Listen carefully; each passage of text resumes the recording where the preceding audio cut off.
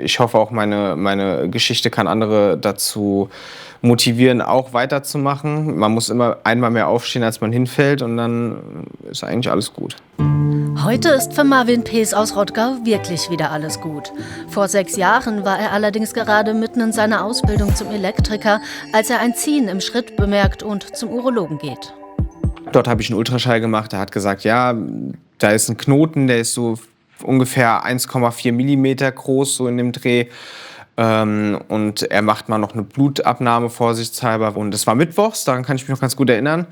Und freitags hatte ich dann die Kontrolle von den Blutwerten. Und da hat er mir dann im Endeffekt gesagt, ja, Herr Pees, also es ist auf jeden Fall kein Knoten, es ist auf jeden Fall Krebs. Und dann haben wir nochmal Ultraschall gemacht. Und da hat sich herausgestellt, dass der Tumor schon um 3 Millimeter gewachsen ist. Und da war der auch schon so groß wie eine Fahrradventilkappe ungefähr. Auf die Schockdiagnose Krebs folgt der nächste Schreck. Durch die bevorstehende Chemotherapie könnte er unfruchtbar werden. Der damals 20-Jährige möchte daher zuvor bei einer Kinderwunschklinik Spermien einfrieren lassen. Das kostet um die 1.500 Euro. Und die hatte ich halt als Auszubildender nicht. Und die Krankenkasse hat es halt nicht übernommen. Die Krankenkasse hat gesagt, ja, wir übernehmen das erst ab 23, weil bis zum 23. Lebensjahr kann man sich ja noch umentscheiden. Vielleicht möchte man dann doch keine Kinder oder vielleicht wird man schwul oder wie auch immer. Das war deren Aussage tatsächlich. Und ich finde es einfach unfair gegenüber jungen Leuten, die dann mit einer Erkrankung zu kämpfen haben, und dann zu sagen, ja, es könnte ja sein, dass du dich noch sexuell umorientierst oder doch keine Kinder haben willst. Das ist ja für mich, finde ich, kein Grund, sowas auszuschlagen. Das Einfrieren seiner Spermien wird ihm doch noch innerhalb weniger Tage ermöglicht, dank Geldspenden. Dann kommt er zur Krebsbehandlung ins Klinikum Offenbach. In der ersten Woche war ich 5 bis 6 Tage im Krankenhaus und habe jeden Tag Chemo bekommen, 2 Stück, einmal eine halbe Stunde und einmal 2 Stunden. Und dann habe ich die anderen 2 Wochen immer jeweils montags nochmal eine Spritze bekommen, ambulant. In der Zeit war mir halt auch oft schlecht. Cortison habe ich genommen, weswegen ich halt ziemlich aufgegangen bin leider.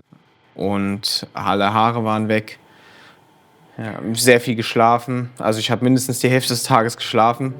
3 Monate lang Chemo, danach regelmäßige Kontrollen. Seine Ausbildung zum Elektriker muss er erst mal pausieren.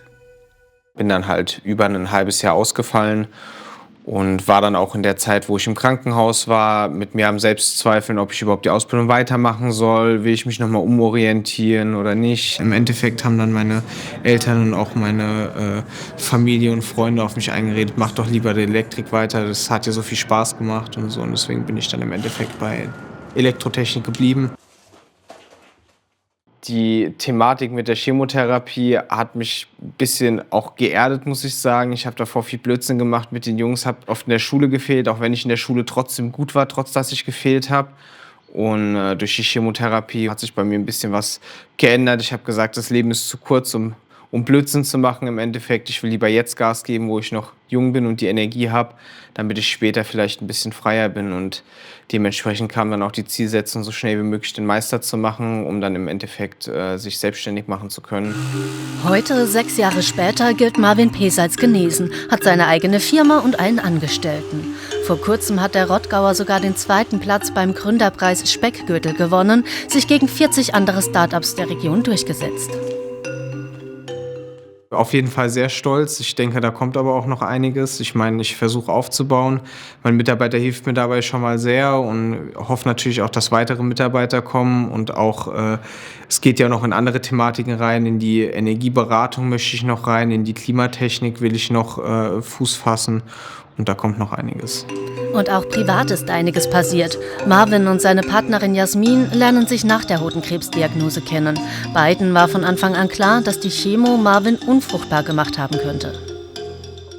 Für mich war schon immer klar, ich möchte Kinder. Ich arbeite auch mit Kindern, deswegen ist das für mich eigentlich so, ja, ein großer Teil einfach. Und ja, wir haben uns da jetzt erstmal keine großen Gedanken gemacht, weil ja auch die Option besteht wegen der künstlichen Befruchtung. Und es war ja nicht so, dass es überhaupt keine Chance gegeben hätte. Eine künstliche Befruchtung ist allerdings doch nicht nötig. Jasmin wird auf natürlichem Weg schwanger. Vor 5 Monaten kommt ihre Tochter zur Welt. Direkt als wir gesagt haben, okay, wir versuchen es jetzt, hat es ja direkt funktioniert. Dementsprechend war es sehr überraschend, aber hat uns natürlich sehr gefreut. und ich hoffe, es funktioniert auch noch ein paar Mal.